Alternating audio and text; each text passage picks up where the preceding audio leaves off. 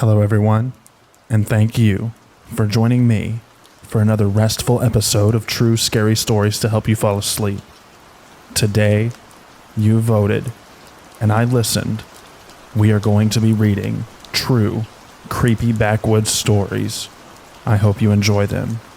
As always, there will be only one ad in this video, right after the intro. Also, if you like this content, please make sure that you like and subscribe. It really helps out the channel, and it really helps me continue making these videos and keeping them ad-free. Now, without further ado, lay back, relax, and enjoy these true backwoods stories.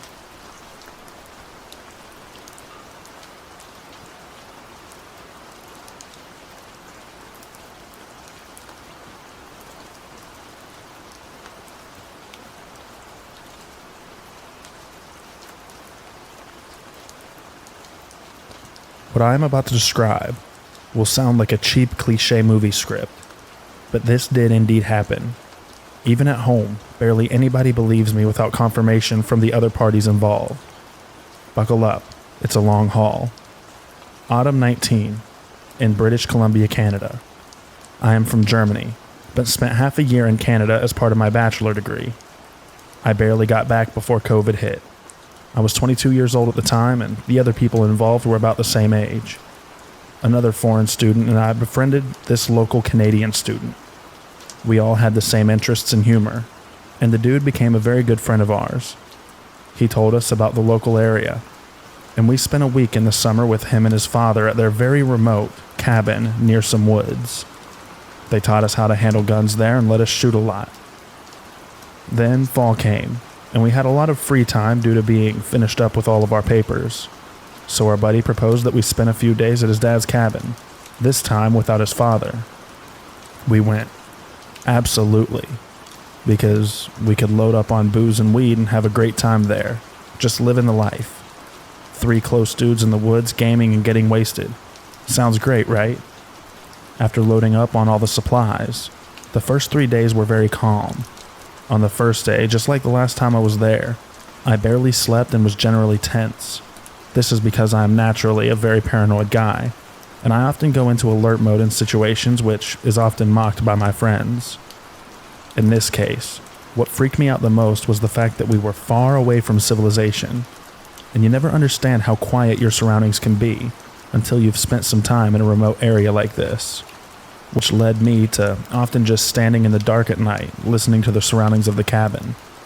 But after the few first days, I got less paranoid. After all, I was with friends, was constantly high, and we were quite armed and dangerous. Probably most dangerous to ourselves, though, to be honest. Day 4 came. We spent the day attempting to hunt in the woods, mostly just chilling under trees with a beer and a rifle in hand. But in the evening, it started to rain heavily. After an hour, we were starting to see lightning in the distance, with quite a lot of time passing between lightning and thunder, which meant the thunderstorm itself was still some time away. So we aborted our incompetent hunting attempts and started trekking back to the cabin. It took us about an hour to reach it, due to it already being very dark and the rain creating unsafe footing.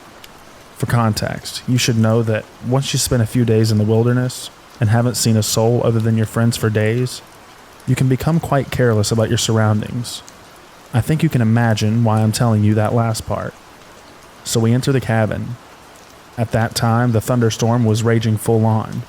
We put away our gear and changed clothes, except for our guns. Yeah, I know. Drugs and guns are a horrible combination, and I wouldn't mix that stuff nowadays. But we were drilled quite well by Canadian friend's dad regarding trigger discipline, safety, etc. And man, I really miss spooning my rifle while sleeping. We cozied down in the living room at a table, started a YouTube video, and began playing cards.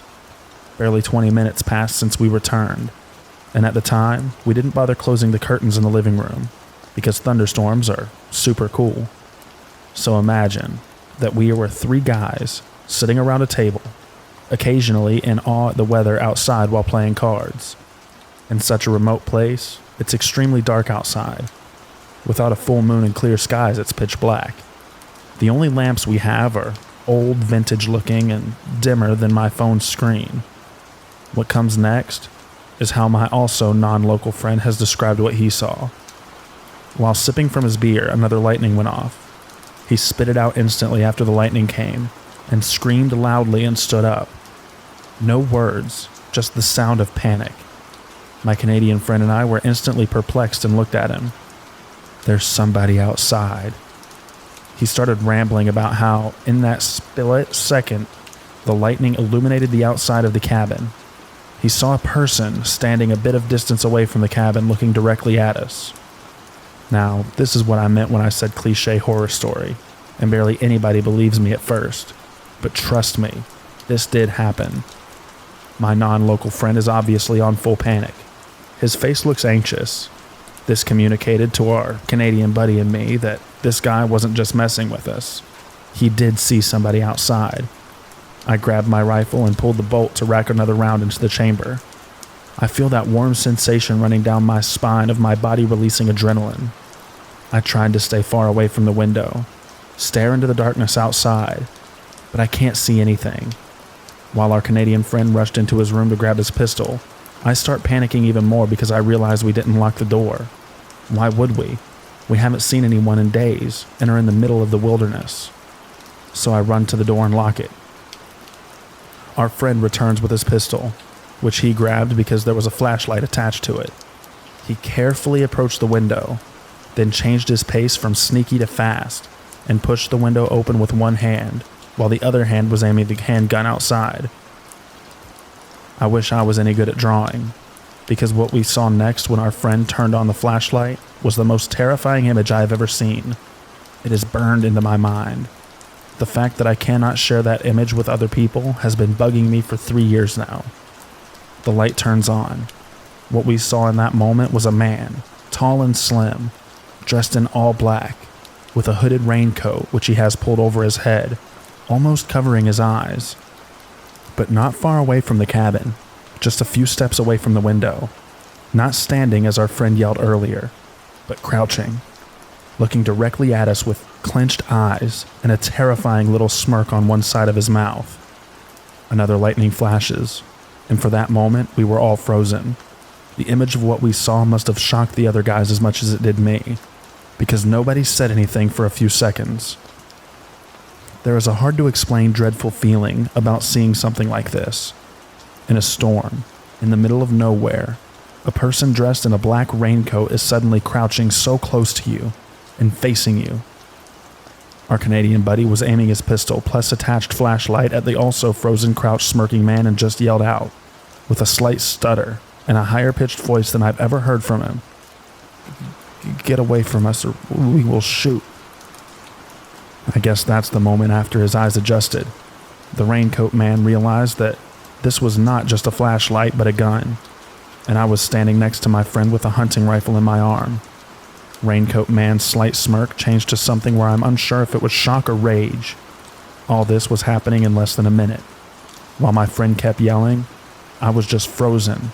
The raincoat figure turned by about 90 degrees towards the nearest tree line and went from crouched to full sprint quickly.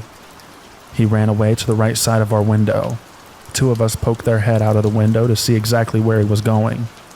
But with the heavy rainfall and darkness, we could only barely make out anything in the distance of that tree line. After a few minutes of just looking at each other in disbelief, we decided to pop off a few rounds outside the window to prove that we were for real. When the shock wore off, we decided to call the police.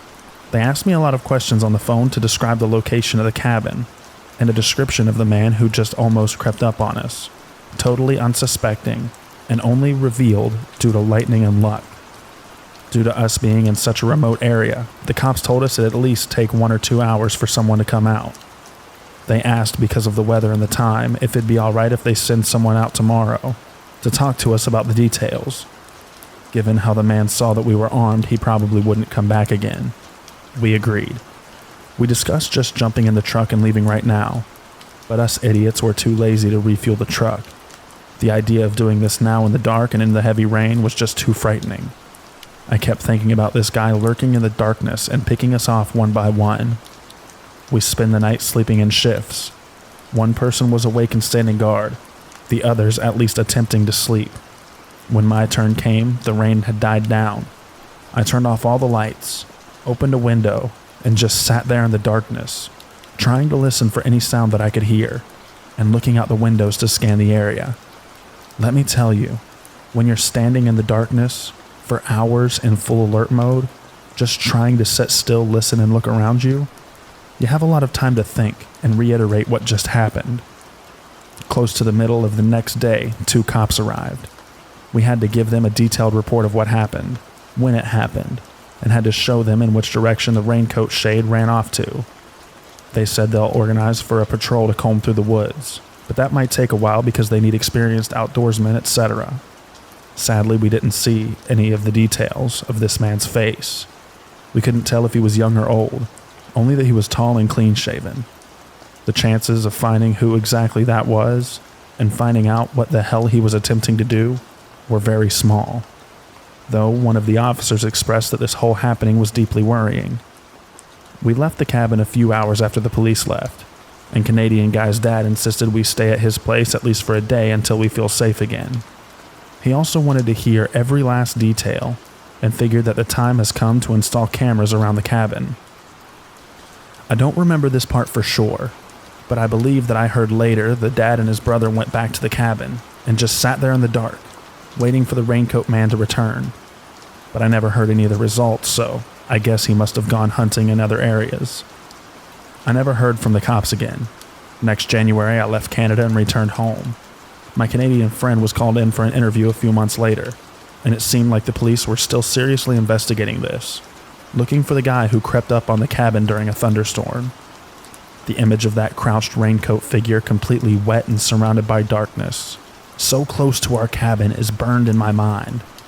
I will most likely never forget this. I still sometimes turn off all the lights and just look out the windows in silence, trying to listen for sounds, even though I am on the other side of the world now. We've speculated a lot about what it was.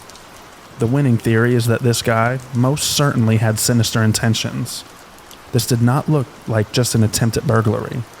Remember, we had dim lights on.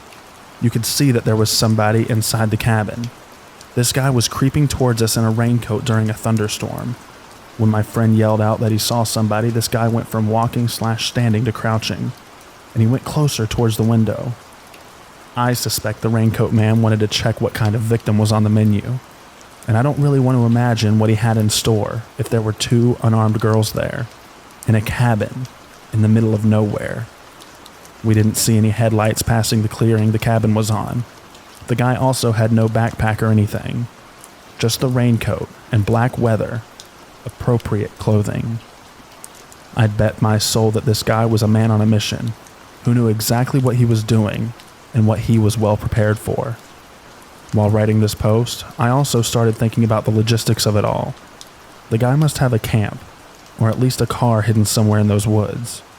You can't sustain yourself out there otherwise. I also got the feeling that he either came upon the cabin during the storm itself, or that he spotted us in the woods during the hunting we did before. We moved slowly, while also not being shy with waving our lights around, and in total pitch darkness wilderness, a proper flashlight must have been as easy to spot as the beacons of Gondor, so he might have tracked us through the woods until we reached the cabin. If anybody has heard about similar things happening in the area of British Columbia near Vancouver, please let me know. That mystery has a grip on me for the rest of my life. Sometimes, I still dream of this raincoat figure creeping closer towards me with each flash of lightning. Thank you for reading.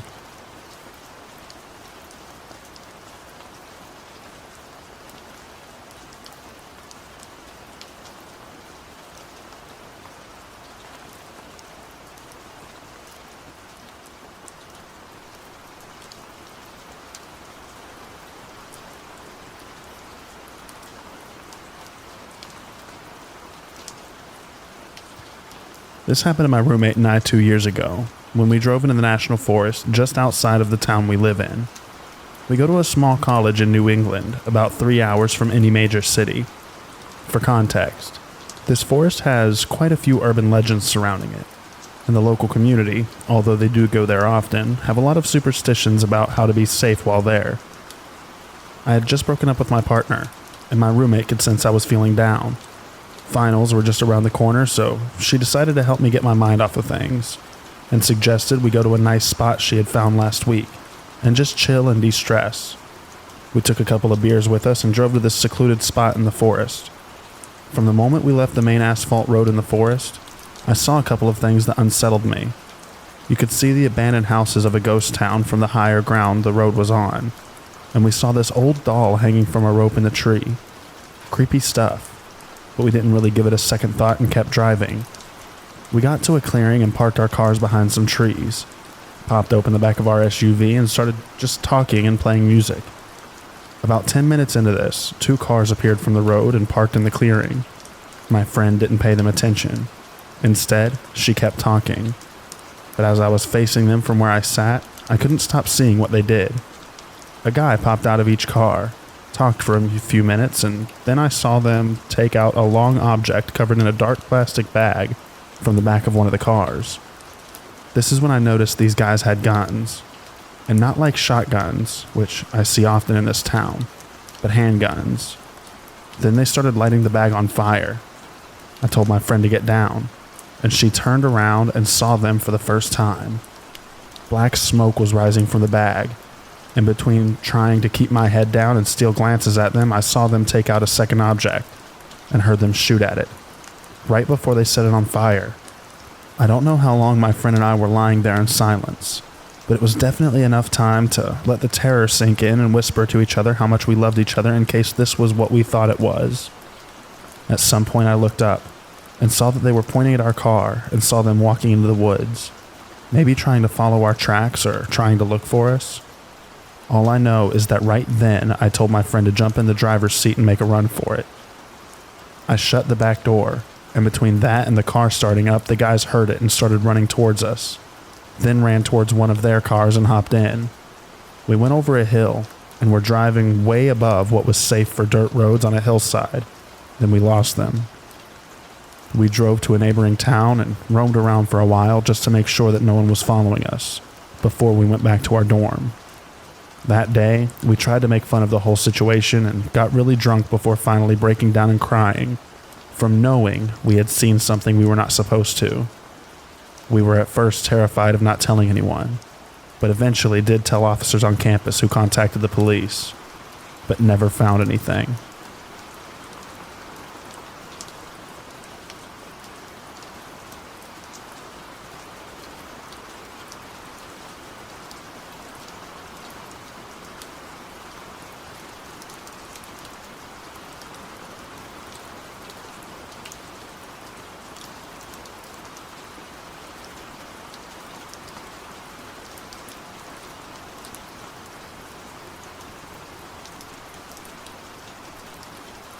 In May 2009, I had just broken up with my girlfriend of almost 3 years. We had moved from Calgary to Toronto, and were still stuck living together after the breakup, as we didn't know many people in the city yet. Needless to say, the situation was pretty stressful and upsetting. So when a buddy I was going to school with at the time suggested a weekend camping/fishing trip, I jumped at the chance. He grew up in an area about an hour outside of Toronto called Flamborough. It's really beautiful. Loads of lush forests, farmers' fields, and small rivers and creeks. We decided to camp and fish along a creek called Grindstone Creek. It's close to some wetlands, and the fishing is supposed to be great. We ended up setting up our camp in what was probably a farmer's field. I'm guessing it was trespassing on our part. Bordered by a gorgeous forest. We spent the evening fishing, shooting the crap, drinking some quality craft beers, etc. As it got darker, we made a little fire and roasted potatoes and hot dogs. All in all, it was a really good night. We turned in just after midnight. We shared a tent. My buddy fell asleep before me, and I stayed up playing on my phone until probably around 1:30. I must have drifted off because the next thing I remember was being woken up by a high-pitched yipping type noise. I was kind of groggy, and it took me a moment to fully wake up. The yipping was incessant, and it sounded like a weird coyote. I laid there for a moment, listening, and then started playing on my phone again. The noise was annoying as hell. I tried ignoring it, but it sounded like it was getting closer. Finally, it sounded like it had to be no more than 10 feet from the tent. At this point, I was getting a little unsettled. I had seen coyotes in Calgary before, and I thought of them as pretty harmless.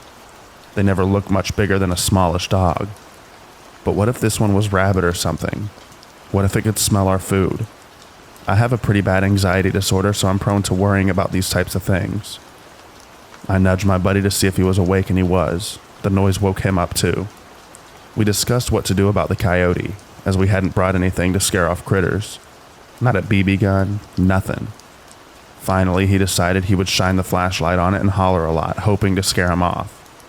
He unzipped the tent, and I watched him pointing the flashlight out into the darkness. I'll never forget what happened next. His legs suddenly went all wobbly, and he sort of stumbled backwards into the tent. He had a really dumbfounded look on his face when he looked at me and babbled, "It's not a coyote. It's a dude. It's some weird dude." Normally, I would have thought he was messing with me. I'm a huge wimp and scare easily. I won't even watch horror movies. But I've never seen someone look that scared, and I never want to see that expression on someone's face again. So I knew he wasn't pulling my leg. The weird yipping and howling type noises were still going on, and in retrospect, it really didn't sound like a coyote. But I guess our groggy states, it was a way for our brains to make sense of it. Anyway, he kept telling me just to look out the tent flap to make sure he's not crazy. At this point, I was having a full-blown anxiety attack. My heart was racing. I felt like shit, but I had to look. So I slowly peeked out of the flap and waited for my eyes to adjust. And that's when I saw him. He was standing only a few arms lengths away from the tent. He was swaying a little and wearing a baseball cap. What made it awful, though, was really creepy, was that he was wearing women's lingerie. That's when I knew that there was most likely something very wrong with this guy, if the making high-pitched noises at strangers in a tent in the middle of the night didn't give it away. After I pulled my head back inside the tent, my buddy and I discussed what to do. Finally, we decided to yell at the guy to F off. My buddy started yelling, "Excuse me, can you F off? We're trying to sleep in here." The noise stopped. It was dead silent, and that's when we heard footsteps running towards the tent. They stopped right outside the tent, but we didn't waste any time. We started yelling again. "Seriously, F off. We have cell phones in here. If you don't F off, we're going to call the cops." With that, we heard him walk by the tent and head off. Sounded like he was moving towards the road. Needless to say, we lie awake, petrified until the first sign of sunlight. Then we hightailed it the hell out of there. We discussed our experience on the way home, and we're both pretty embarrassed about how scared we got. It definitely was not manly on either of our parts.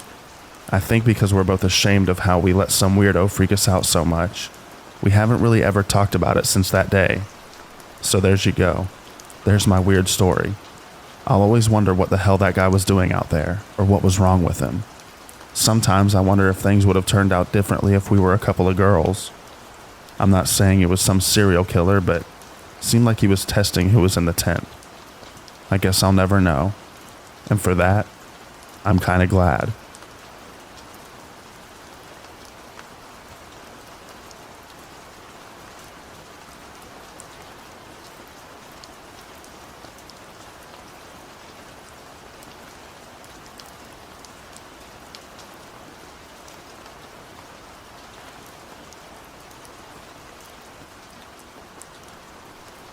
Back around 2004 or 2005, I was leaving a buddy's house headed home. He lived on Lake Ariel in Wayne County, Pennsylvania. I was a good 15 miles away, so I decided to take back roads to save time and avoid cops. As I crest this mountain road, I see a van off the side. Doors open, lights on. It's well after midnight and no one is on the road. I slowed my car, a 1989 Volkswagen ragtop, down to first gear, looking for a person or persons that may be hurt. Not a soul is around and the woods are quiet. The van off the road is not running, but all lights are on, and the driver's door is open. I remember thinking, dang, I don't have a self-service until the top of the mountain. I gotta call the cops. So I proceeded to go towards where I knew had cell service. maybe going 30 miles per hour tops. I knew this situation was messed up, but then it got worse. No more than 3 or so miles away, the brush thinned on the roadside, so you had a better view of what's in the woods. I see movement, so I let off the gas, thinking I don't want to hit a deer. As I let off, this man, soaking in fresh blood, comes from the tree line and into the road. He's so covered in gore, I couldn't tell that it was a man at first. He stumbled out in front of the car and waved me down. I was in my rag top down of course. He was yelling and grabbing at my door. I dropped into first and took off. Another mile or so, I had service and called the cops. Dude was obviously hurt, and his grab for my door scared me. There was a wide space on the mountain where I agreed to wait for the cops. They were there in under 10 minutes. While I waited, I put the top up, then locked the doors. An officer took my statement and he looked over my car with a torch. The guy from the woods left a bloody smear down my door. Another officer found the van but couldn't locate the guy who came out of the woods. The cops let me go home and said they'd call if they needed anything further. Within a few days, I did get a call saying the van was located, and they asked if I could describe the van. They never found him that night, and as far as I know, they never did. Apparently, the van was stolen, and the cops surmised this guy banged himself up and took off in a panic. As far as I know, they never did track him down. To this day, I keep a lookout for a bloody man running out of the woods.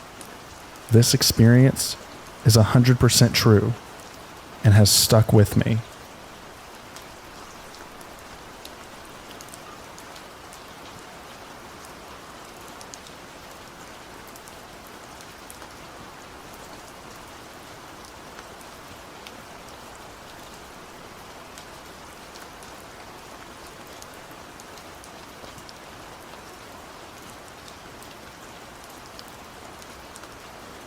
I'm a wilderness survival instructor and security contractor. A couple days ago, a student of mine and good friend who I had taken out into the woods before told me his dad just got 150 acres of land in a secluded mountainous part of my state. It had a large amount of forest on it that hadn't been explored yet, as his dad was only building something for his horses that took up about 100 yards of the property, and his horses were free to roam at the moment. He said his dad got an insane deal on the property. My friend is now a dad of 3, and I know he doesn't go out into the woods that often. So I agreed to go out with him, because it seemed really fun, and I can imagine he needs a getaway every now and then. We're both indigenous, into cars, into wilderness survival, and all sorts of stuff, so we never run out of anything to talk about in the woods. His dad, however, told us that he didn't want anybody exploring the woods unless we had a gun. He said it was because he saw coyotes. Now, we're all indigenous here. We were raised in the same state. Coyotes don't actually attack people, really.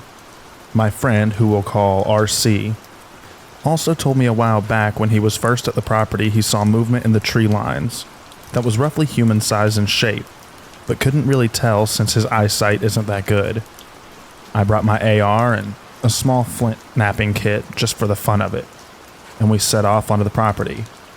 We explored a lot of the rolling fields, creeks, multiple natural springs and ponds. Everything felt normal. It was a beautiful landscape. Eventually, we decided to get to the forested part of the property, as it hadn't been explored yet. As soon as we entered the tree line, the entire mood shifted. The forest had an ambiance of its own, very similar to the woods in the movie The Ritual. The woods were gray and dead silent save for the occasional creaking of tall, tired cedar trees. There was a very small stream running through the center of it, with sand that was black. It felt like we were surrounded, watched from all sides. It didn't take long before a very putrid stench hit our nostrils. It was the odor of rotting flesh. We decided to follow the smell and found the remains of 3 to 4 cows. I have the video. We examined the exposed skulls and couldn't find any bullet holes. It didn't appear to me that these cows had been put down. Something killed them, though, and their bones were spread over about 30 yards. There were large indentions in the dirt, all around them that were very vague in their shape. We decided to press on into the woods. Now we were accompanied only by silence, the putrid odor of death, and the sound of our own heartbeats. We kept stopping at the stream, as I noticed several different types of tracks, large coyote tracks and something else that was large but intentionally avoided the sand, it seemed. We pressed on into the woods until we started to find trees that had been bent over and pinned behind other trees while they were still alive. Something that could never, ever happen naturally. I have video of that too. We hiked on and found what I can only describe as a tool made of bone lying on the ground. It was extremely crude, but looked like some kind of scooping tool or knife.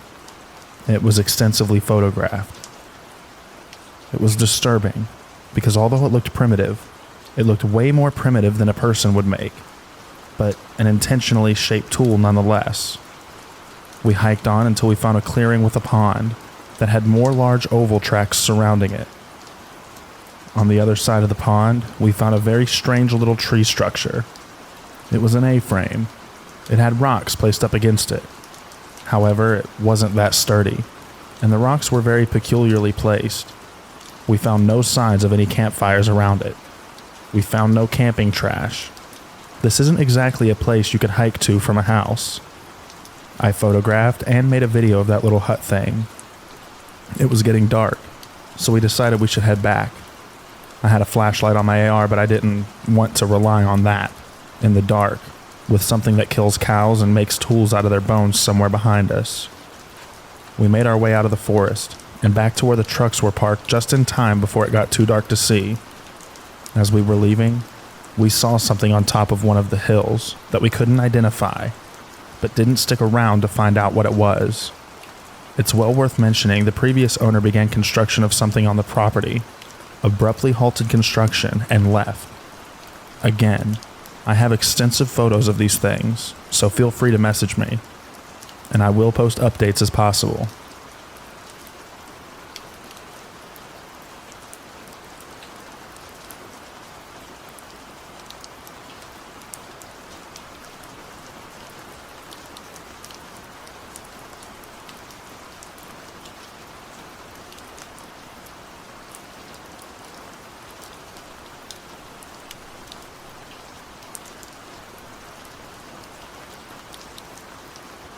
I had previously posted this story with my wife's account a couple of days ago on r/Bigfoot. I didn't know what we had seen, and it wasn't until someone replied with, "Feel free to post on r/Backwoods Creepy."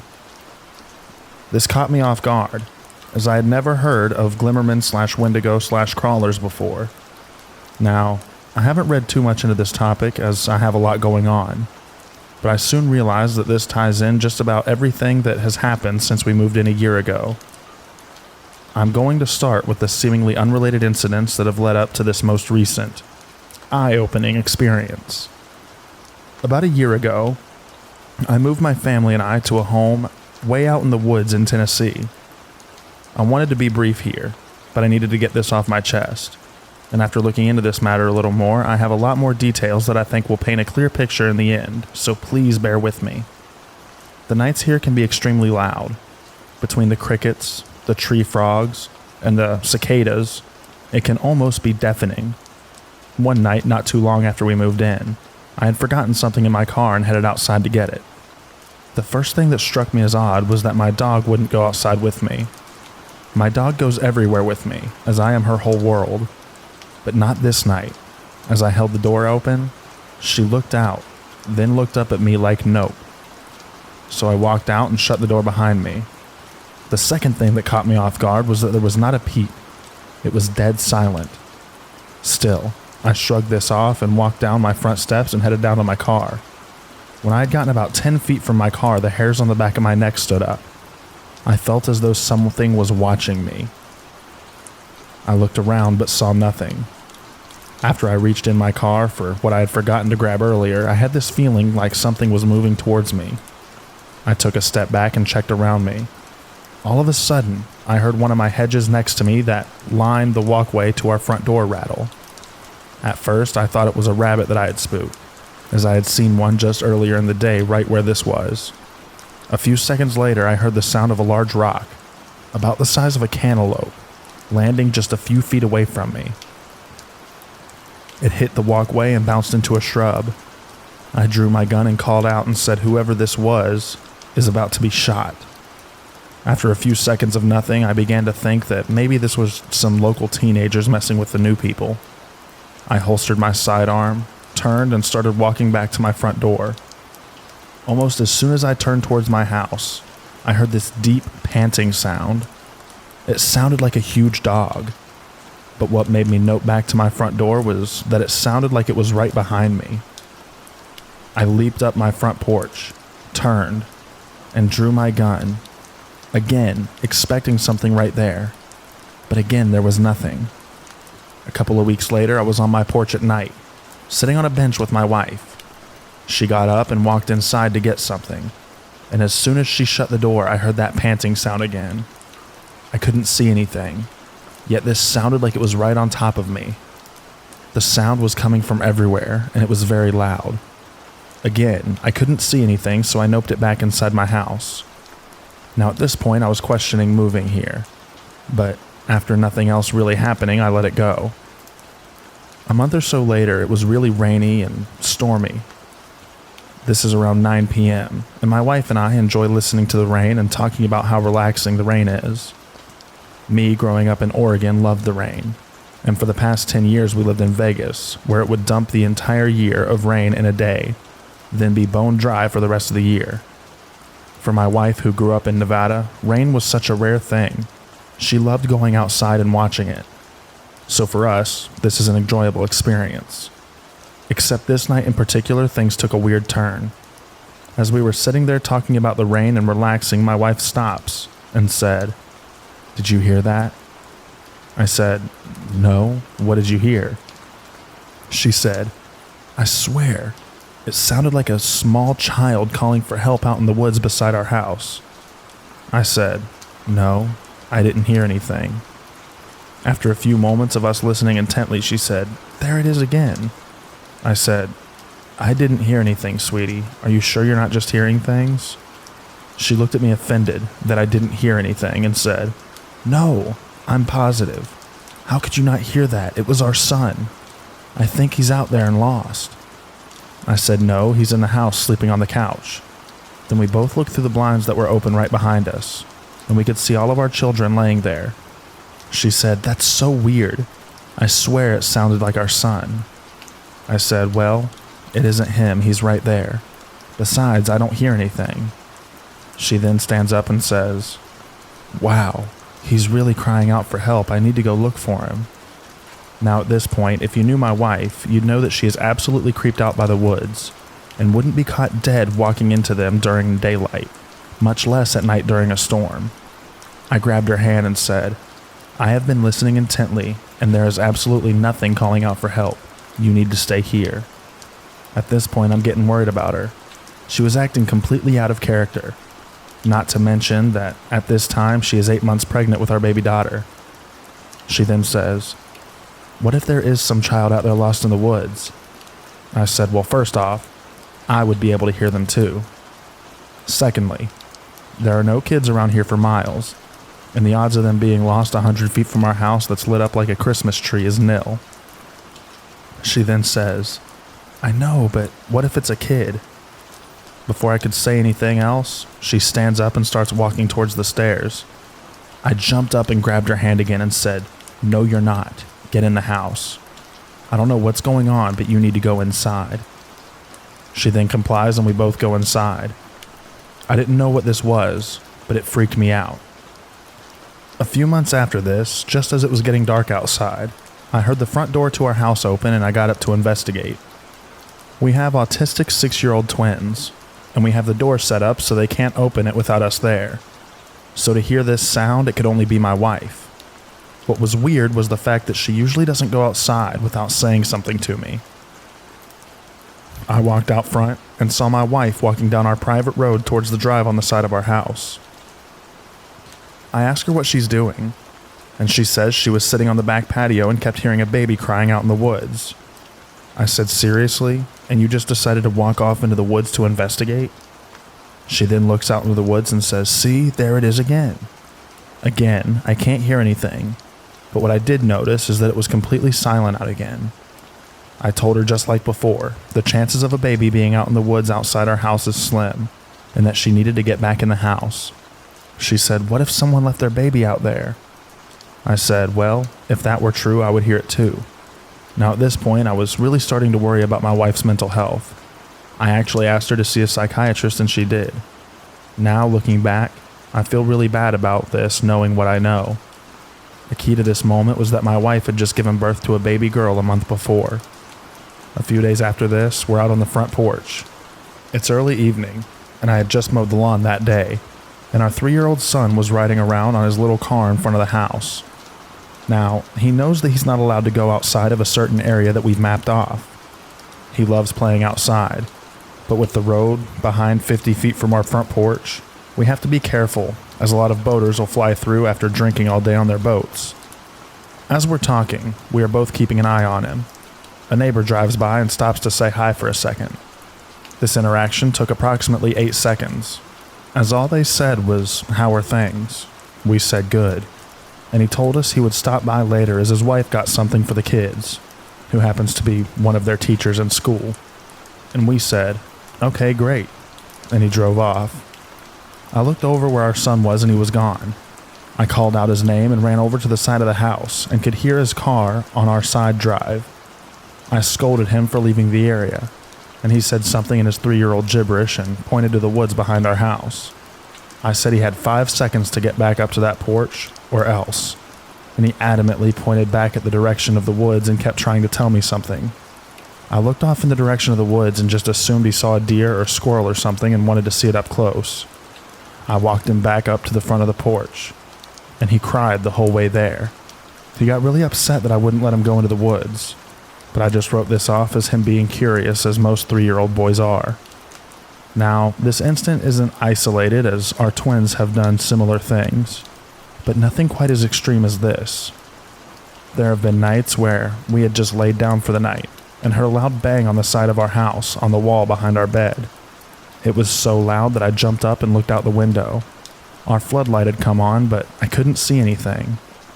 Now, the weird part about this is that our bedroom sits about 12 feet from the ground level, as we have a full-size basement that's a cinder block. I put on my slippers and grabbed one of the 12-gauge shotguns and walked outside to investigate. It was dead silent again. The floodlight that's on the side of the house had clicked off at this point, so I walked over to the end of the deck and shined my light around the yard. There was nothing. I walked around the house and shined the light around intently. As I approached the back side of my house, the hairs on the back of my neck stood up. It felt like someone was watching me. I shined my light up in the trees again, but nothing. I rounded the corner, and the first thing I noticed was that my 3 dogs that were in their area wouldn't make a peep. Now, our dogs have no filter and will bark at anyone and everyone. This includes me. So to see them hiding with their tails between their legs, not making a peep, really had me worried. As I kept walking, all of a sudden the crickets and frogs started making sounds again. It was as if someone had clicked a switch. I walked back into the house and told my wife that I hadn't seen anything. She shrugged and said, "Okay, as long as our dogs were okay." Due to the circumstances that night, I decided to let the dogs in and sleep with us. This very same thing has happened on all 4 exterior walls of our house. It's random and annoying, but just like this instance, every time there is nothing going on outside. There have also been times where we were sitting in the house, and as I was watching a movie, my wife walked over to me and said, "Did you call me?" I said no, and she said that she swears she heard me call her name in her ear. She said that it was definitely my voice, but she didn't understand because it sounded so close, and I was a good 20 feet away from her in my recliner. The important part to this was that she was sitting at the table doing something, and the slider to the backyard was open behind her. Now our back patio sits about 20 feet off the ground, and is like a balcony, as it has no stair access outside. I think the previous owner built it for barbecuing. There have been several instances where she would say she heard someone whisper in her ear, but she couldn't make out the sound. Again, I kept thinking she was going crazy, but as you'll see, I think all of this is tied into this final moment where things are revealed. The last thing I want to mention before we get into what just happened is that I have a shooting range built behind my workshop on the opposite side of our property next to the main road. It's kind of on a downslope, but it works perfectly for what I need it for. The range itself is cut straight into the woods, going down about 100 yards or so. When you're at the downrange, you have woods surrounding you on all sides, except back up to my shop. I have to say, it's always felt creepy when I'm dealing with my targets or mowing. When you're down there, it feels like you're miles from anyone. One day, around 5 in the evening, I was sighting in a new rifle scope. The sun was still up, but was going to start to fade soon, so I knew I was going to be doing my final test. Up until this point, nothing really happened while I was making my multiple trips down range, other than this feeling of uneasiness. As soon as I got down range, I kept getting this feeling like someone or something was watching me. I looked around but didn't see anything. As I was placing stickers over my previous shots, I heard something big off to the side of me. It sounded like a large branch had snapped off a tree. Now, if you've been in Tennessee woods, you'll know a lot of branches fall off of trees randomly out of nowhere, so this is nothing new. Except this time, it was very loud, and sounded like fresh, strong wood, if that makes any sense. I turned and looked, but again couldn't see anything. I started walking back up to my rifle, and I swear I heard someone right behind me. I turned around, but again saw nothing. As I started to walk again, I heard this deep growl. It was really deep and loud, and what's worse is that it was all around me. I turned around facing the range and started walking backwards. The thought of some rabid dog charging out of the bushes had me freaked out, so running wasn't a good idea. I slowly walked backwards up the hill to my rifle, but nothing happened. I grabbed my rifle and sprayed the target with rapid fire, hoping to scare off whatever was stalking me. I left 10 rounds in the mag and grabbed my rifle bag and quickly walked back up to the house. I never told my wife about this as I didn't want to freak her out. Fast forward about a year later, from when we moved in, and my niece is staying with us as a live-in nanny to earn money over summer break from college. We were on our way back from the store, and about a mile from our house, I saw 2 big eyes reflecting in the headlights coming from a wide tree on the side of the road just ahead. It had caught my attention because they were higher than a deer, but a different color and size. Just as I had said, "What is that?" and squinted, they vanished. I had made a comment that it was almost as if I had known I could see its eyes move. The color was kind of a golden green, but they resembled the mannerism of a large cat as they felt ominous. It's hard to explain, but I shrugged it off as we're passing the tree and saw nothing. A few moments later, we arrived at the house. As we were getting bags out of the car, my 3-year-old son came bolting out of the house excited to see me. As I was waiting to help carry in her bags, I heard my dog growl. I looked in the direction she was looking at my neighbor's property across the street. Now what I saw has kept me up all night. Up until this point, I have always been skeptical, as I had never seen anything with my own 2 eyes. Even with what had happened to me a year prior, I still had my doubts that it was just my mind playing tricks on me. Now my street is kind of a spread out neighborhood. Each house sits on several acres, and at the end of our road is Kentucky Lake. My neighbor's house sits adjacent to my house on about an acre lot. Directly in front of my house is a wall of woods, and directly behind my house is several thousand acres of untouched forest. As I was looking across the street to my neighbor's property, I saw a large dark figure between the trees at first. The movement caught me off guard, as it looked like something big moving quickly on all 4s. Then it came into clear view.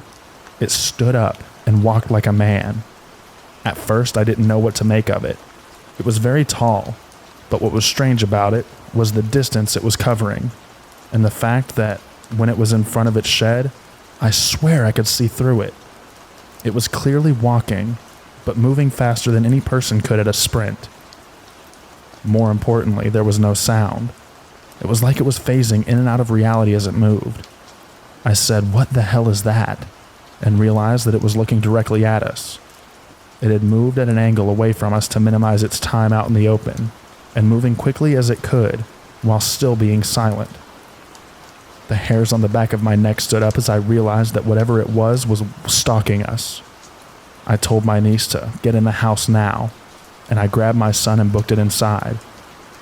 I grabbed my AR-15 with a short scope and came back outside to see my niece still grabbing stuff out of the car. Knowing I told her firmly and clearly to get in the house, her disregard to my command annoyed me. But still, I watched over her without saying a word. As she was slowly walking, she turned towards the woods across the street from my house and suddenly bolted for the house. She ran up the steps in a panicked state. I asked her what she saw and her face was pale as a ghost. She said, "I heard something big in the woods walking loudly on the leaves, and when I turned toward it, I heard a deep, guttural growl." I asked her why she didn't come when I told her, and she said that she thought I was talking to my son. I told her what I had seen, and she wanted to get a closer look to see if she could see something. I told her that it was not a good idea, but she went anyway. As she was walking down to the walkway, I heard the sound of dry leaves crunching in the woods across the street. I told her to stop and come take the flashlight. Now at this point, she is about 6 feet away from my wife's SUV. As she turned and started walking back to me, I caught a glimpse of something gray and hairy bolt from behind the SUV across the street into the woods. My porch is a raised porch, and our SUV is about 6.5 feet tall, and whatever this was, it cleared about 45 feet in what looked like a single jump. It moved like lightning. Whatever it was, it wanted my niece. It jumped behind the car out of my line of sight and was waiting for her. She still doubted my warnings and grabbed the flashlight and walked back towards the car. As she entered my driveway, she stopped dead in her tracks, leaned forward as if she could see something. I asked her what she saw. She turned and ran back up on the porch with a terrified look on her face, saying nope, nope, nope, over and over again. She said it was a figure hiding inside of a tree and that she saw its eyes. I asked her what they looked like, and all she could say was that they looked dull and red at first, but as she got closer, they looked dead. I said, "What do you mean dead?" And she said that there were pupils that looked like they were gray, like the way his eyes look when they go blind. She said it was really dark gray, and she swears she could see through it, almost like a dark cloud. She wanted to go down again and took a step down the stairs, and as she did, it revealed itself from the tree. I said, "Get inside," and I went in and locked the door. It looked like a tall, human-shaped being. It was really tall and looked ominous as hell. The next morning, we did a height comparison to the tree limb she saw it stand over, and it put its height around 9 feet tall, and its eyes were about 6 inches apart. At this point, I don't know what this thing was. After doing some research, I think it was a glimmerman/crawler. I looked to see if there had been any other sightings in Benton County, but nothing. More importantly, I swear it would phase in and out, almost like a shadow person, but bigger and more obvious. Now, I originally posted this on r/Bigfoot, but after doing a bunch of research, I believe this belongs here. One of the things that makes this fit is that it can communicate telepathically. This explains why everyone was hearing something that nobody else could hear. Secondly, it has a playback-like communication, so when I heard a dog panting, it was probably one of my dogs that it had heard. My wife was actually hearing our son crying for help, as he had recently fell and cried for help.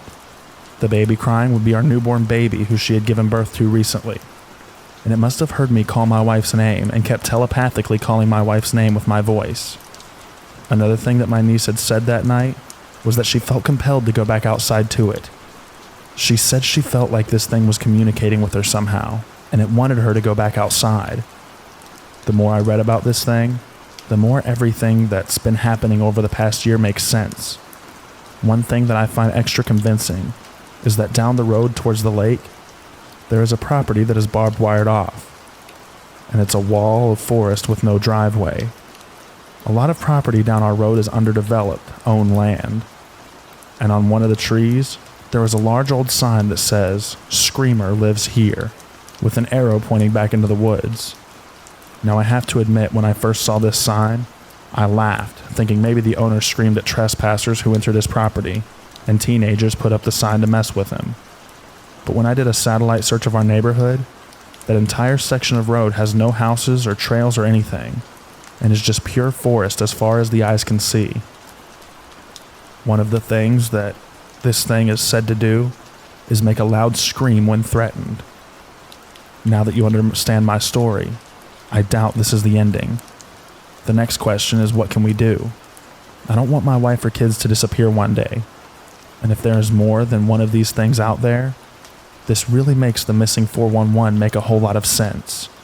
I feel perplexed and scared as to what can I do. Any advice? I will try and keep this post alive with any new experiences.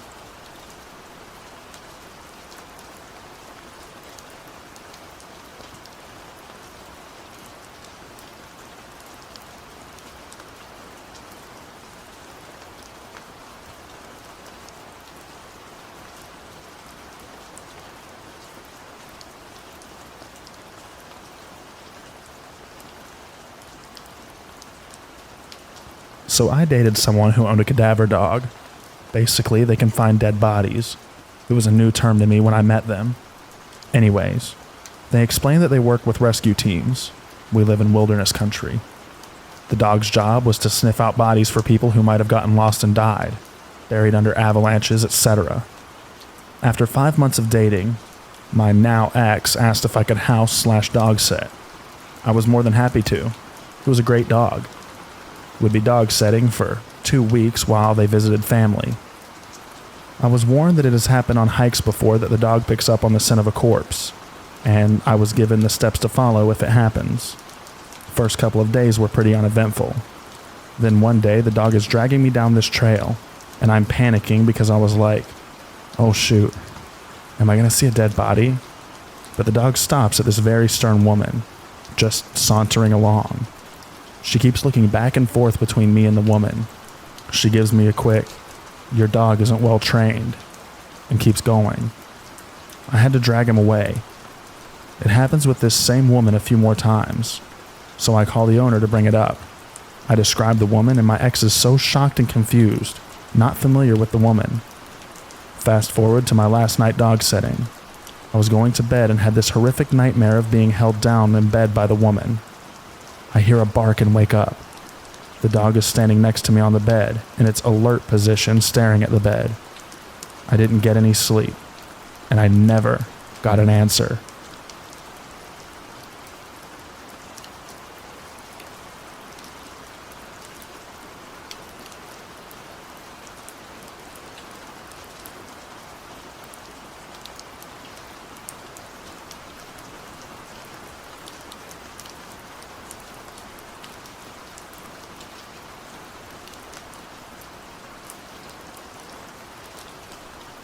I lived in Columbia, South Carolina, and frequented Congaree National Park, so I'm familiar with the area. I often would jump the fence and walk the boardwalk at night, and it's super peaceful to walk the swamp and hear all the wildlife. They never have a ranger or guard there after hours, so I was always alone. The last time I did this was in October of 2021. I was taking my usual stroll with flashlight in hand. I should mention, between the insects and frogs, the sound is loud. But then, it completely stopped when I was about a mile in. I heard what I thought was my wife call me from the trailhead, but she wasn't there. I was alone and she was out of town. I then heard water sloshing to my right and saw nothing with my flashlight. I chalked it up as being tired and kept moving. The wildlife started up shortly after and everything was fine. Maybe 15 minutes later, I noticed it got eerily quiet again and heard swamp water swashing on my left. But this time, it sounded more deliberate, like somebody walking. I was in a thick portion of the cypress and couldn't see more than 20 feet in front of me. And then I heard my wife's voice again. Again, she wasn't with me and was out of town, clearly not moving through a swamp at 1 a.m. I saw what looked like a human silhouette move between the trees for a split second, but it was off. Very skinny, pale, and taller than me at 6 feet. I noped out of there and ran the almost 2 miles back to my truck and didn't slow down until I heard the wildlife again. Like I said, this is a boardwalk that's in a swamp in the boonies. Nobody's walking around in the water at night without a light, or ever, honestly. and I don't know of any animal that big that walks in bipedal pattern. And I've spent my life outdoors. I feel like I should add that I wasn't high or sleep deprived. I just like the woods at night. I was so freaked out by this that I came to Reddit and dove into some of the stories on this sub as well as others. I'm convinced I encountered a crawler or wendigo or something else that can mimic voices. There is no way some meth head was stumbling through the swamp, miles from civilization, that sounded exactly like my wife. But then again, it's also South Carolina.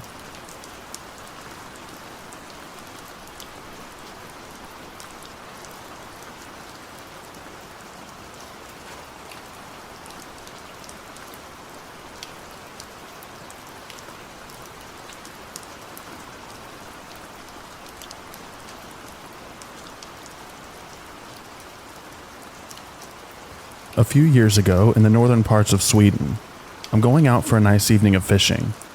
I am what I guess is called a fishing supervisor. I check that the other fishermen got their license at a certain area of lakes and streams. This is in late summer, and I've been doing my round, which I usually end with going to a small lake and fly fish for some trout. This lake or pond is pretty deep in the forest, and I rarely meet anyone there. Actually, I've never met anyone there. This lake looks kind of like a crater. A perfect round circle that's perhaps 100 meters in diameter. It contains a natural population of perch and trout. It's a warm summer evening with a slight breeze. The birds are chirping and the fish are rising to all the insects spawning on the surface. I rig my gear and aim for one of the fish rising to the right of me. The same second as my fly lands on the surface, it's like someone pauses time. The sun hides behind a cloud. The wind stops blowing. The birds are suddenly silent, and the fish stop eating. A smell rises from the ground I'm standing on. It smells like something dead, something rotten, like I have a carcass buried under my feet. All of a sudden, I am aware there is something walking out in the forest behind me, maybe 10 to 15 meters behind me. It's like I can see it in the corner of my eye, but still, I really can't see it. Every hair on my body is on its end, and it's suddenly very cold around me. The thing watching me just stands there, and I don't have the courage to turn around at all. I see my fly sink to the bottom, but I can't move. I can't do anything about it because I don't dare move. Then the wind hits me, and it carries the awful smell away. The sun hits me again. A bird is singing somewhere in the forest, and the almost overtaking feeling of being watched lets go of me. I turn around and there is nothing there. On the lake, the fish start rising again. I pack my gear and throw the backpack on my back and run for it. Through the forest, to my car. I hit the gas and drive like a maniac until I find the big road and civilization again. I park at the side of the road and say to myself, "What was that?" My heart is still racing. I haven't visited this lake since this happened, and I don't know anyone else who has either. What do you guys think it was? I've probably visited this place 20 times before this happened, and never felt anything like it. The only thing is that I'm always afraid of bears when visiting it. I do fish at a lot of ponds and lakes that's pretty deep in the forest. There's always a lot of wildlife in these places. Deer, moose, fox, and the occasional wolf, bobcat, and bear. I'm never afraid of meeting one, except when I've been visiting this particular lake. Sorry for bad English. As you probably understand in the beginning, I'm from Sweden.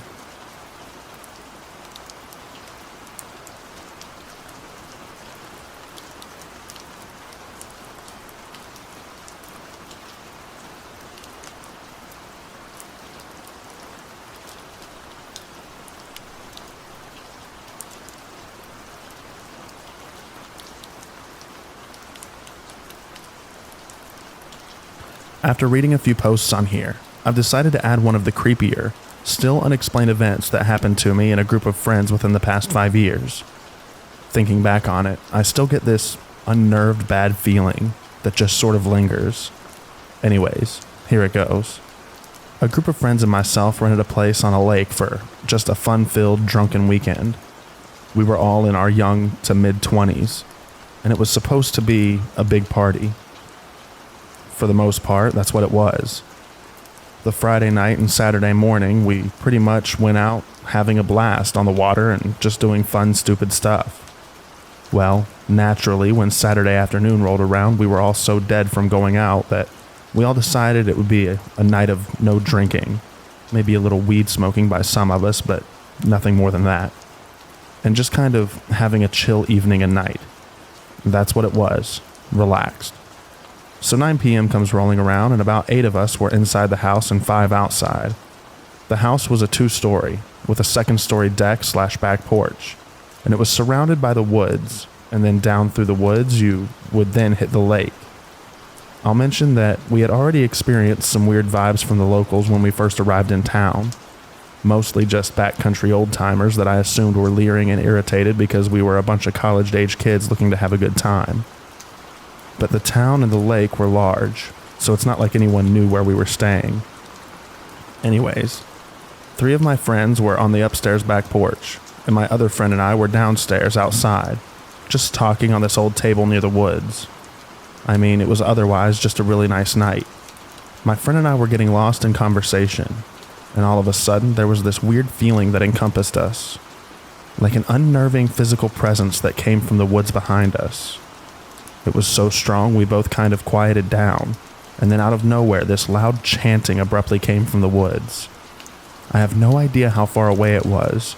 Because of the way the lake is set up, I'm pretty sure the voices carried up through the forest. It sounded like a cult chanting away, and all of the voices were male. I mean, they were loud and perfectly in sync. I think we were silent for all of about 20 seconds before I couldn't contain myself and darted towards the house with her following me.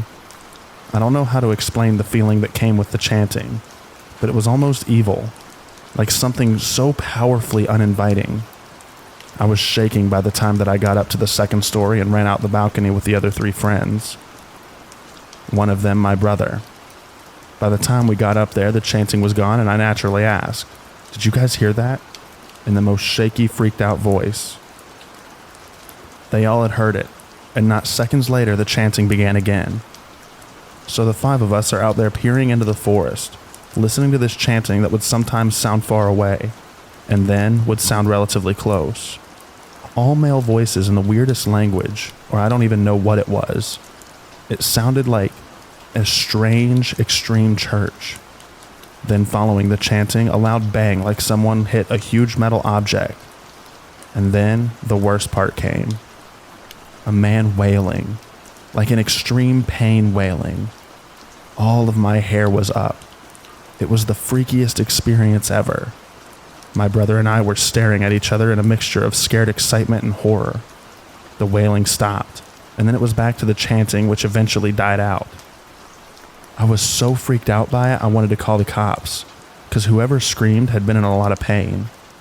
That, mixed with the weird chanting, just made me immediately think of some terrible sacrifice going on. One friend tried to say it had to be some drunk guys just messing around singing and being weird, but no way was that coming from some drunk guys. They were perfectly in sync. Then the bang, and then the well of pain. And then, all that weird tension and energy was just gone. No, I didn't call the cops, and I wish I would have. But honestly, the forest was so large, and since the lake house was up looking down at the woods and lake, it could have been anywhere. It definitely wasn't in our close proximity, but it was close enough to hear all of that perfectly. We went in and got some of the others, but by the time they came out, the chanting had stopped. Someone wanted to go explore and find out where it had been coming from, but obviously that was a stupid idea. After that, I was so ready to go home. I can't explain the relief of driving away from there the next morning. Even now, it gives me the worst feeling. Whatever that was, it felt so wrong and evil. I'll never forget that moment. I can only imagine that it was some weird cult stuff.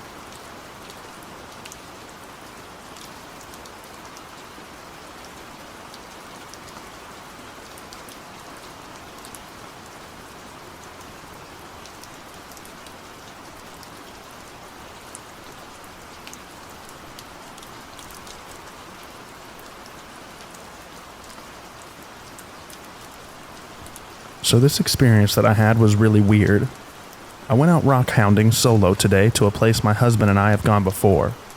Everything seemed normal when I arrived. It's a very secluded area of creek with a rock bar in the middle of the creek, and with a small patch of woods to the left, and a dense forest on the right. I crossed the creek and set up on my gear on the rock bar, grabbed a bag and started walking up the creek. About 45 minutes in, I kept looking up at the forest. I don't know why, but I just kept getting an eerie feeling. Every now and again, I'd hear a couple of thumps out there, but nature, so I didn't think anything of it. About an hour in, I heard my first meow. I was so focused on pulling clay that I literally stood up and was like, I did not just hear a cat meow, did I? 10 minutes go by, and I'm walking further up creek, and damn it if I didn't hear it again. I stopped and was like, yep, I just heard a cat meow. How strange. But something seemed really off, and I started to feel uneasy, so I turned around and headed back to my site. Something about that meow wasn't right. It wasn't a painful meow, but just like a matter-of-fact meow, if that makes sense. About 5 minutes into the trek, I definitely hear a meow again, and I'm sweating like crazy because of the heat, but instantly feel cold, clammy, and the hair is standing up on the back of my neck. I know what I was supposed to be hearing, a single meow, but it wasn't coming from a cat. It sounded like someone or something imitating a meow. I keep focused on getting back to my site, and about 5 minutes later, another single meow. Here's where I realize things are getting really weird. The meow always sounded the same distance from me, no matter how far I kept walking. I finally reach my site and pull out my drinks and plop down to rehydrate. That's when another meow sounded, and this time, I knew with everything in me that that was not a cat following me. I calmly gathered up my gear and started to trek across the creek to the path to my car, and another meow. I made my way across the creek and hunched down into a pit. I parked my car right next to the edge of the forest and was really starting to lose my stuff. I get my keys and mace out and put my gear on me so I can drive into my car and rearrange later. And that's exactly what I did. I nearly shit myself finding the courage to make it to my car, but I did, and I hightailed it out of there fast. Thoughts? The rational answer is someone was screwing with me. But how did they get back there? It's like 200 acres of forest. Also, edit to add, I'm in northern Alabama.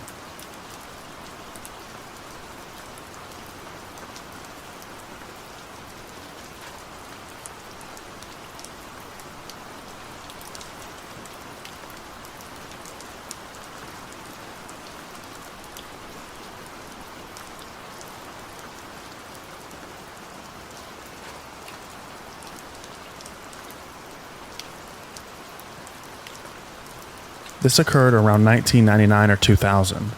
My best friend and I were avid outdoor adventurers and amateur pot growers. We would frequently find secluded places in the woods that allowed for ample light and shade for plants to grow, and that would not allow them to be easily found. One particular day, we went to an annex of trails located near a New Jersey State Park trail system. The trails weren't in the park, but I had hiked them before and knew they weren't that frequented. We had gone out that day with our seeds, partially sprouted in moist paper towels. We parked the car at the trailhead and started hiking in. We covered a mile or so and then ventured off the trail into the woods. We found a clearing, planted seeds, and tied a few barely visible ribbons off to mark the way to the plant spot to check them in the future. My friend and I got back on the trail and started walking back to the car, when my friend noticed a man in the other direction just staring at us.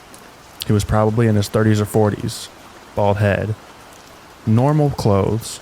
We didn't think anything of it for the most part, but we definitely kept looking back as anyone would when someone is behind them in the woods. We saw that he was walking 60 plus or so feet behind us. It seemed weird, but it was probably more so to us having anxiety that we planted seeds. We picked up the pace, but the man also seemed to pick up the pace as we weren't gaining any distance. At one point, we decided to just get off the trail and let him pass. We turned off the trail and walked into a thicket of stickier bushes. which I remember vividly getting shredded on. We got deep into the woods and heard cursing. When we turned around, the man was coming through where we entered. It was at that moment we actually became scared. Mind you, we're two young, strong 19-year-olds, but a man following you in the woods is pretty creepy. We made a U maneuver to outflank him, and came out of the woods a bit further down trail. Once we were back on the trail, we ran. As we were running, there was a fork in the trail and my friend went right and I left. I realized my mistake as my buddy was going down the correct path and I wasn't. So I turned around and started running back towards the fork to follow my friend.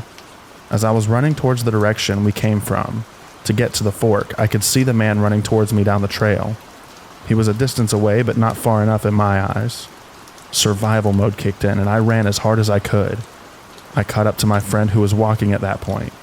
I screamed he's after us and we both booked it all the way back to the car. We got in the car shaking and out of breath. We backed up and started to get out of the parking lot when the man appeared on the trailhead. He stopped there and just stared at us as we drove away. I always wonder what that was all about. Did he want to kill a couple of 19-year-olds? Was he also doing something illegal in those woods and wanted us gone? My buddy and I still laugh and talk about that day 22 years ago.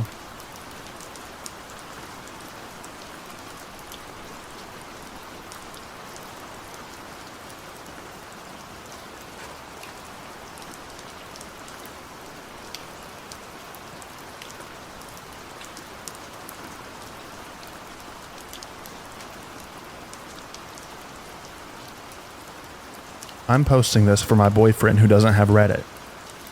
Last weekend, he went up on a 2-mile hike into a small creek to fish in North Carolina.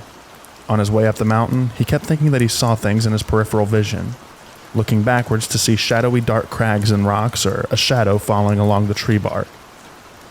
The mountain air was crisp and refreshing, at an altitude of over 2,000 feet. Yet, whenever he felt this weird presence, he described smelling something like a propane tank up his nostrils, sulfur and damp stickiness. There was no explanation or reason to smell that in this place. He had visited many times before and never smelled this in the area.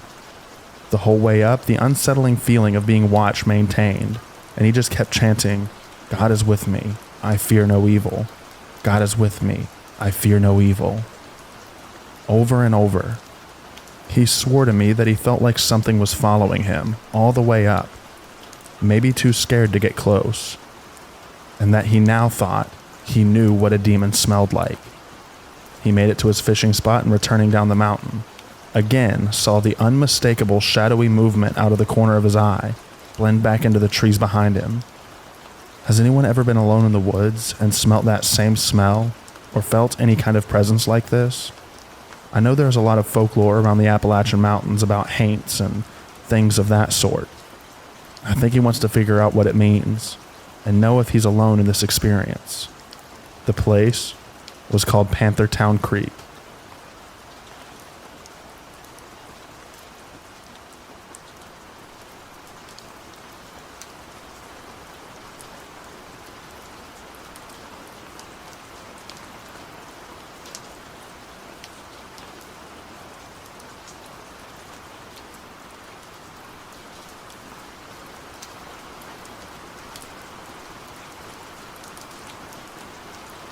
So I live in a cul-de-sac in a suburban neighborhood with a medium-sized wooded area behind my house.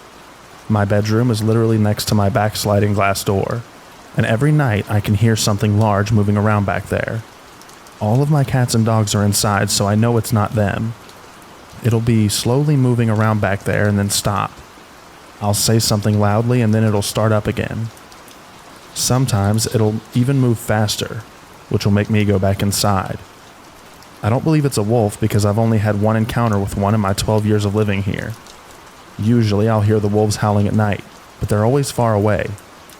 I've been back in those woods during the day and I've saw nothing, not even a snake. It only happens in the dead of night. There's a legendary Bigfoot-like creature known as the Flintville Monster that's been spotted since it was seen and shot by several cops in the 1970s. But that community is several miles away. I just don't know what it could be.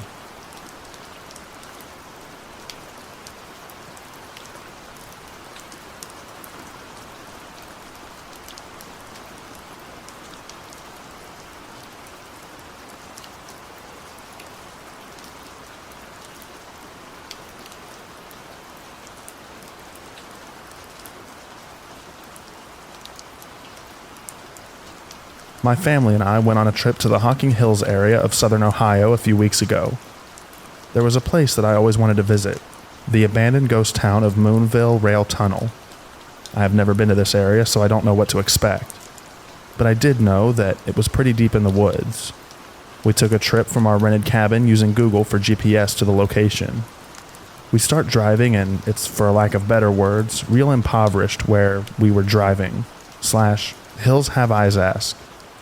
We literally only see a few cars on the way there and are on back roads. We get to a point where we need to enter into a forest and we're close to the tunnel. There was a sign that said we were entering Bubba Wood. For a little additional information, I have a Mercedes that I am just lucky to have, and have my husband in the car, a black man with dreadlocks, my 10-year-old, non-verbal autistic son, and my 6-year-old daughter. We drive down this real creepy stone road into the forest, and there's nothing back there. No houses, no cars, nobody. We see signs that we're close and pull in the parking lot. There's a footbridge with a ton of stuff on it that people put there. We walk over the footbridge and make our way towards the tunnel, which is a lot larger than I expected. We hear this sound coming from the other side of the tunnel that goes into the woods away from the parking lot. A truck comes driving through the tunnel towards us while we are on foot. He gets out of his truck with a chainsaw, and it's a white guy in his 60s. He walks with my entire family everywhere we go, and through the tunnel. I tried to make small talk with him and pull some info about if he worked for the Department of Natural Resources, etc. He really wasn't budging. We turn around and walk out of the tunnel, and he starts using a chainsaw behind us, and the sound is just echoing through this tunnel. At this point, we have no cell phone service, and literally no one knows my family is out there except for us. I was already worried my car was sending the wrong idea to people, like we have money or something. We don't. We rush to the car to get the kids in their booster seats, and this dude comes driving over the footbridge in his truck towards us in the parking lot. I honestly don't even know how his truck fit on it. He stops again and gets out of his truck and starts walking the other direction, much to our relief. About this time, I noticed there are dusty handprints on my car. I asked my husband if they were his, and we compared his hand and my son's, and they were not a match. I don't know who could have touched the car because we were with the chainsaw man the entire time we were there. We get out of there as fast as possible. Just a few minutes later, I look in my rearview mirror and there's a bunch of dust kicked up behind us, and there he is. He had to have driven pretty fast on the stone road to catch up to us like that. There is nowhere to go in the woods. The road is basically one lane, and we have no cell service or GPS. Every time I think we lose him, he is there again. I'm waiting for my tires to get popped, or something, or for this guy to ram me off the road into a ravine in the woods. Finally, we get out of this woods, and I turn out and he's still following. We were following printed directions to get back, and I ended up making a wrong turn in the excitement. The guy in the truck was finally gone, and I turned around to go back past the stone road that goes into the forest. There is one lone house near this road, and there is his truck, parked there. He had to have seen us drive onto this road into the woods and taken some back way to the tunnel. I don't know if he was just trying to protect the site from more graffiti or what, but he really creeped us out. It was like every scary movie trope rolled into one single event.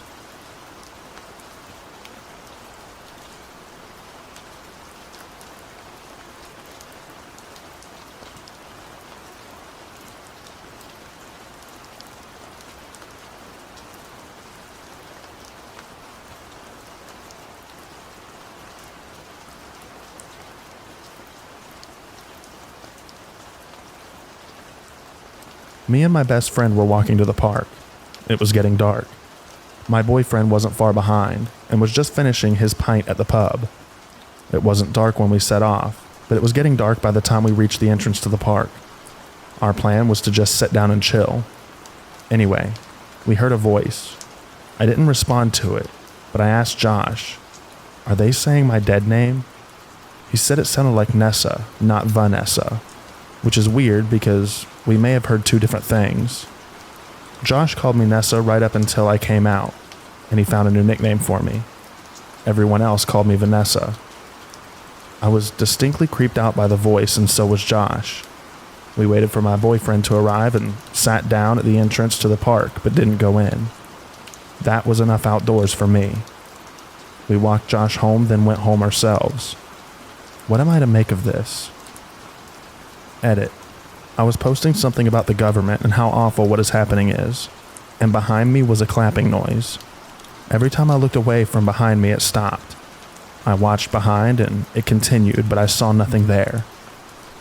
It again sounded mocking, like the voice in the woods.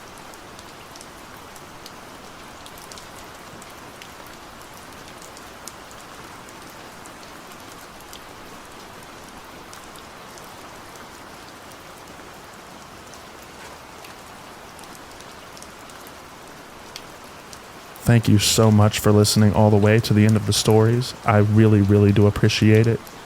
And I want to send a special thank you out to all of our channel members.